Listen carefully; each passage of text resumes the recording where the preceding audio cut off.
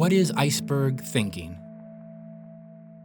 You might have heard the phrase, the tip of the iceberg. It's often used to describe what we can see versus what we can't.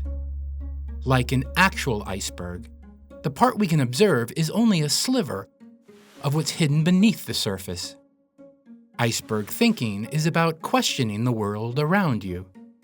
It aims to get at the heart of what drives us, what it means to be, well, human, recognizing why we do the things we do, and that all humans are kind of complicated. Iceberg thinking is a way of approaching life. You recognize that you need to dive deeper in order to fully understand things. It's not that you're solving a problem or answering a question, but trying to see more of the whole picture. So every time you find yourself in a new situation, take a deep breath and see yourself standing on an iceberg. Remember that there's so much more to learn, just waiting to be discovered.